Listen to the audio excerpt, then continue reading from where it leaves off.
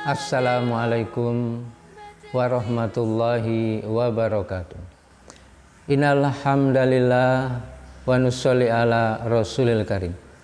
Saudara-saudaraku yang dirahmati oleh Allah SWT, semoga Allah SWT mudahkan diri kita untuk memahami perintah-perintah Allah SWT. Semoga Allah SWT mudahkan diri kita untuk mentaati perintah-perintah Allah SWT.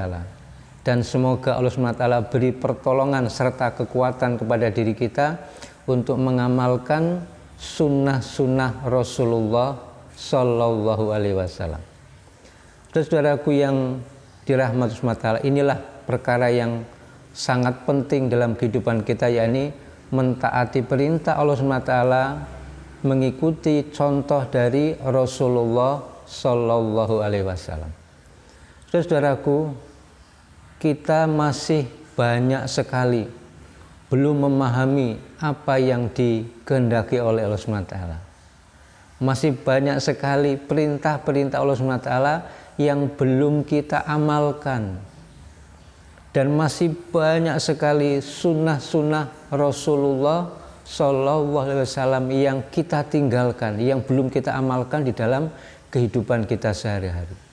Maka hendaknya kita fokus kepada upaya untuk memperbaiki diri kita sendiri. Ya. Bagaimana dari waktu ke waktu kita semakin mendekati kepada apa yang dikehendaki oleh Allah Subhanahu wa Ta'ala dengan perintah-perintahnya itu. Bagaimana dari waktu ke waktu kita semakin mendekati kehidupan yang telah dicontohkan oleh Rasulullah Sallallahu Alaihi Wasallam. Karena ini perkara yang paling penting dalam kehidupan kita. Sehingga fokus kita memperbaiki diri, fokus kita untuk mendapatkan kebenaran. Jangan salah niat, mencari-cari kesalahan. Kalau kita niat betul-betul menginginkan kebenaran, maka insya Allah nanti Allah akan tunjukkan, Allah akan bimbing, Allah akan mudahkan, Allah akan tolong kita mencapai kepada kebenaran. Tapi kalau kita salah niat, kita hanya mencari-cari kesalahan, maka selamanya kita tidak akan mendapatkan, menemui kebenaran itu. Karena niatnya memang hanya mencari-cari kesalahan. Maka penting sekali kita luruskan niat kita.